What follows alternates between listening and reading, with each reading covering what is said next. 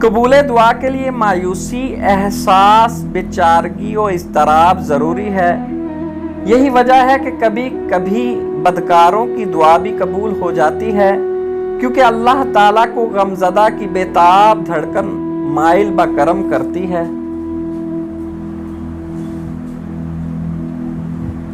خواجہ قطب الدین بختیار کاکی رحمت اللہ علیہ فرماتے ہیں کہ جو آدمی دعائیں نہیں مانگتا، خدا اس کی دعا قبول نہیں کرتا۔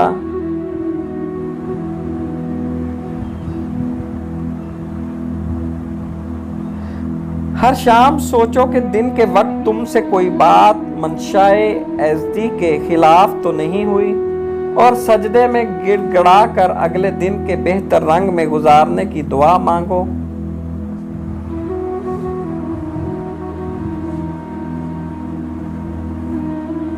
اللہ اپنے بندوں سے بہت محبت کرتا ہے۔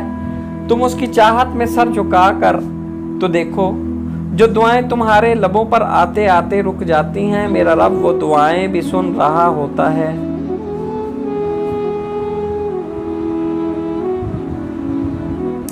اللہ اس خیال کو تمہارے دل سے جوڑتا ہی کیوں جسے اس نے تمہارے مقدر سے نہ جوڑنا ہوتا۔ اللہ جب راضی ہو جائے تو مشکلیں خود ہی حل ہو جایا کرتی ہیں۔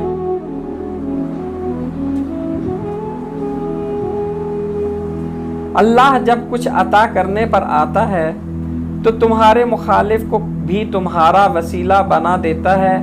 اے انسان مایوس مت ہو، اب قبولیت کی گھڑی دور نہیں ہے۔ راستے بنانا اللہ کا کام ہے، تم بس دعا کرتے رہو اور اللہ پر یقین رکھو، تمہاری دعا جلد قبول ہوگی۔ جب دعا کرتے وقت تمہاری آنکھوں سے آنسو آنے لگے تو سمجھ جاؤ کہ تمہاری دعا بارگاہ الہی میں قبول ہو چکی ہے۔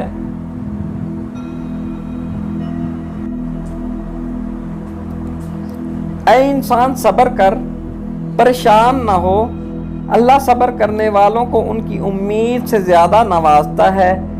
دعا گرتے ہوئے کو تھام لیتی ہے، دعا بکھرے ہوئے کو سنبھال لیتی ہے۔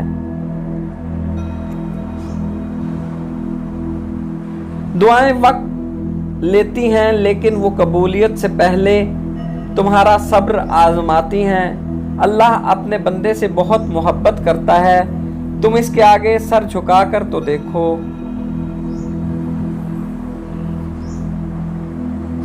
جو صبر کی انتہا کرتا ہے اسے پھر معجزے کی انتہا ملتی ہے۔ الجھی ہوئی زندگی کو اللہ تعالیٰ کے سوا کوئی نہیں سلجھا سکتا۔ انسان کا مقدر اتنی بار بدلتا ہے جتنی بار وہ اپنے رب سے دعا کرتا ہے۔ جب بھی کسی کو دعا دو تو اچھی اور دل سے دو، کیونکہ پہلے وہ آپ کے حق میں قبول ہوتی ہے۔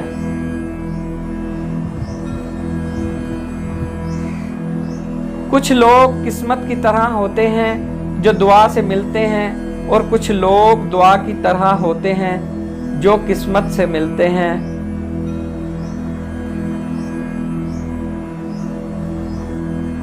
دعا کے تین پہلو ہوتے ہیں، یا تو قبول ہو جاتی ہے، یا مصیبتوں کو ٹال دیتی ہے، یا آپ کے لیے ذخیرہ کر دی جاتی ہے مگر رد نہیں کی جاتی۔